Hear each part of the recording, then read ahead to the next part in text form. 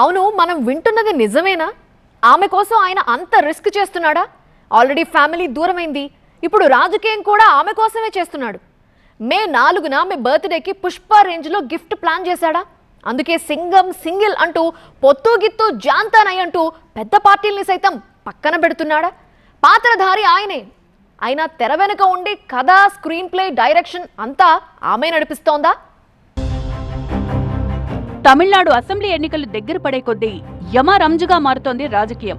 ముఖ్యంగా social media అయితే ద్వంద్వార్థాలు, పెడార్థాలు, నానా అర్థాలు, సందులు సమాసాలతో లింక్ అయితే చాలు సింక్ చేసే పనిని చాలా సమర్థవంతంగా నిర్వహిస్తోంది. ముఖ్యంగా కొత్తగా పుట్టుకొచ్చిన హీరో విజయ్ పార్టీ టీవీకేపై ఈ మధ్య కాలంలో వస్తోన్న విమర్శలు, ఆరోపణలు వింటుంటే అవునా, నిజమా అంటూ మనల్ని మనమే గిల్లుకొనేంతలా ట్రోల్ అవుతున్నాయి.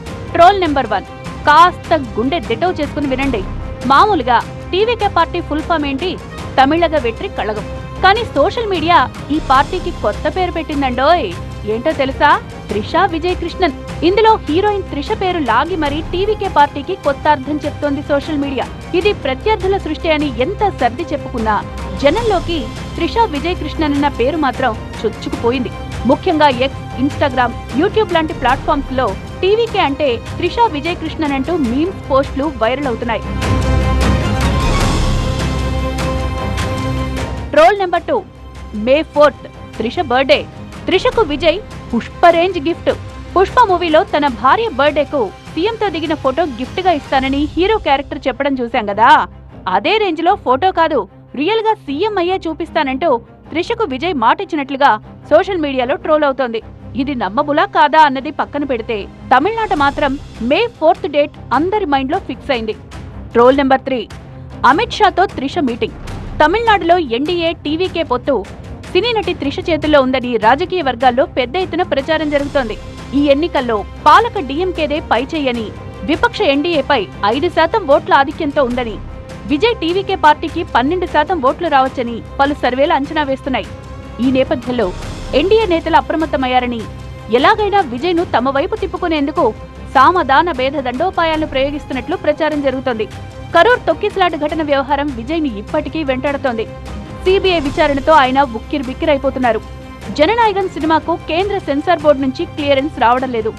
ఈ నేపథ్యంలో విజయ్కు సన్నిహితురాలుగా భావిస్తోన్న త్రిష గత వారం ముంబైలో కేంద్ర హోంమంత్రి అమిత్ షాతో భేటీ అయినట్లు వార్తలొచ్చాయి. తర్వాత ఈ నెల 15న సిబిఐ విచారణకు హాజరైన విజయ్ ఎలాంటి ఇబ్బంది లేకుండా బయటకొచ్చినట్లు రాజకీయ వర్గాలు వ్యాఖ్యానిస్తున్నాయి. అంతేగాక సెన్సార్ బోర్డు సైతం విజయ్ సినిమాను పునః పరిశీలించేందుకు తాజాగా అంగీకరించినట్లు తెలుస్తోంది. త్రిష కృషి వల్లే ఇది సాధ్యమైందని సినీ వర్గాల్లో ప్రచారం జరుగుతోంది.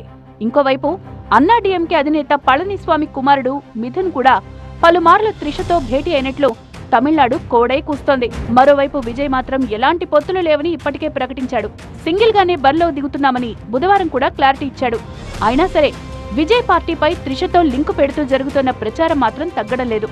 ఈ నేపథ్యంలో ఎవరెన్ని దుష్ప్రచారాలు చేసినా విజయం తమదే అంటున్నారు ఆ పార్టీ లీడర్ అధవ అర్జున్. ఫస్ట్ நம்ம கேப்டன் விஜயகாந்த் அண்ணன் நமக்கு பிடிச்சவர், அன்பானவர், நல்லவர், வலுவானவர்.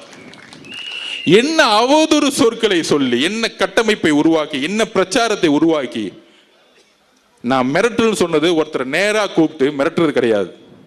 அவதூறு பிரச்சாரங்கள், கீழ்த்தரமான பிரச்சாரங்கள், தனிப்பட்ட முறையில் பிரச்சாரங்கள், இதையெல்லாம் உருவாக்கி அவரை எந்த அளவுக்கு வீழ்த்தினாங்கன்னு தெரியும் உங்களை.